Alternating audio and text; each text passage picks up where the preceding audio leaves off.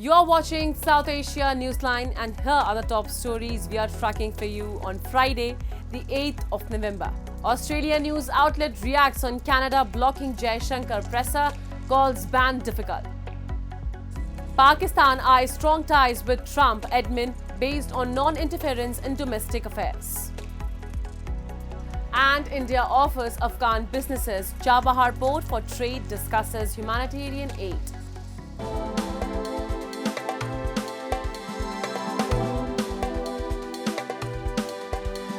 And now for all the details. Hours after it came to the fore that Ottawa has blocked an Australian news outlet that aired a press conference by External Affairs Minister S. Jaishankar, where he made the strong comments on the India-Canada standoff.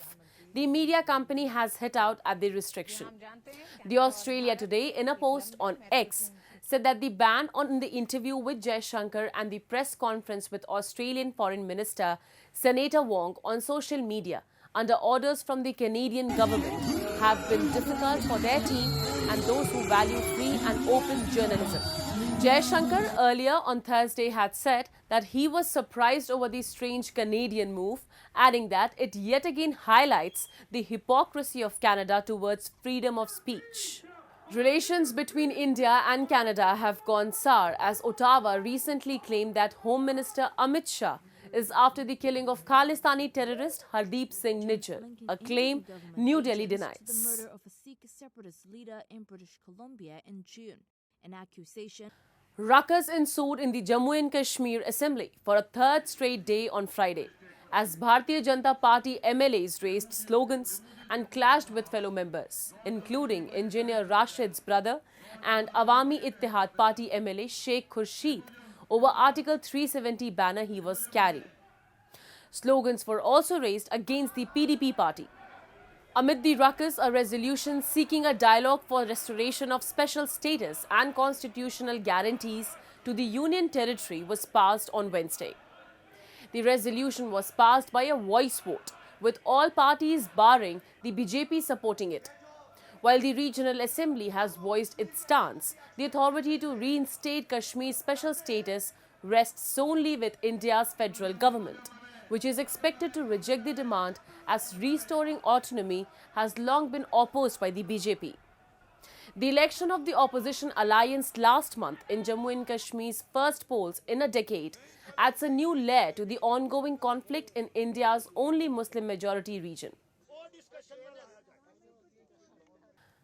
Pakistan's Foreign Office on Thursday emphasized that non-interference should be the cornerstone of Pakistan-United States ties, expressing the hope for a strengthened relationship under the Trump administration. Speaking at the weekly media briefing, Pakistan's Foreign Office spokesperson Mumtaz Zara Baloch commented on Donald Trump's victory in the US presidential election. She conveyed that Pakistan anticipated its long-standing ties with the US to further strengthen and broaden across all sectors under the new leadership. Addressing claims that Trump would, upon taking office, pressure Pakistan on domestic matters such as the release of jailed former Prime Minister Imran Khan, she dismissed these suggestions as speculative. The PTI previously accused the Biden administration of colluding with the elements within Pakistan to dismiss his government in 2022, a claim the outgoing administration consistently denied.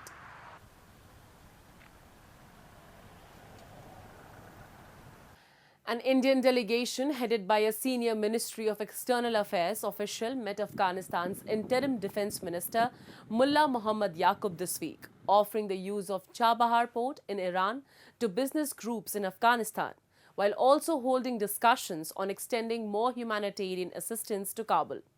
The delegation led by J.P. Singh, the Joint Secretary of the Pakistan-Afghanistan-Iran Division in the MEA on November 4 to 5, visited Kabul, where they also met former President Hamid Karzai and a few senior ministers. India does not recognize the Taliban regime that has been ruling Afghanistan since 2021, but has been providing humanitarian aid, including wheat, medicines and medical supplies, to the Afghan people from time to time.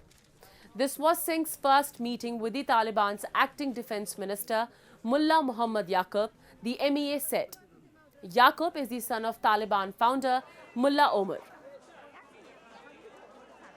Amid reports of tension in Bangladesh's Chittagong following provocative social media posts, India on Thursday urged Dhaka to take action against extremist elements and ensure the safety of the country's Hindu community. Over the weekend, Speaking during a media briefing, MEA spokesperson Ranveer Jaiswal condemned the alleged attack on the members of the Hindu community in Chittagong. He said the tension was the result of incendiary posts on social media. Jaiswal underlined that it is Dhaka's special responsibility that the minorities be given full security. India in October said it had noted with serious concern the reported attack on a puja mandap and theft at a revered Kali temple in Bangladesh and urged Dhaka to ensure the safety and security of Hindus and all minorities and their places of worship. Regardless of the decisive change in Sri Lanka's national politics, with the election of Anura Kumara Dissanayake in September this year, the country's Tamil people will need strong representation in parliament to assert their rights and long-neglected demands, according to a prominent Tamil politician, M.A. Sumanthiran. A senior lawyer and two-time legislator, he is contesting in the November 14 parliamentary elections. The grave economic crisis of 2022, which led to a historic people's movement that ousted Gotabaya Rajapaksa from office, has substantially altered Sri Lanka's political and electoral landscapes. Traditional parties and several long-time politicians have been rejected. Sumanthiran said his party is telling voters that there has been a change at the centre, a third force has come to power. If the new dispensation brings in far-reaching changes in governance structure, the Tamils need strong representation in parliament to assert our rights as a distinct people living in the north and east of the country. Observing that the Tamil people have been agitating for their political rights for 75 years, he said his party, which is the main Tamil party, has been a proponent of a federal solution.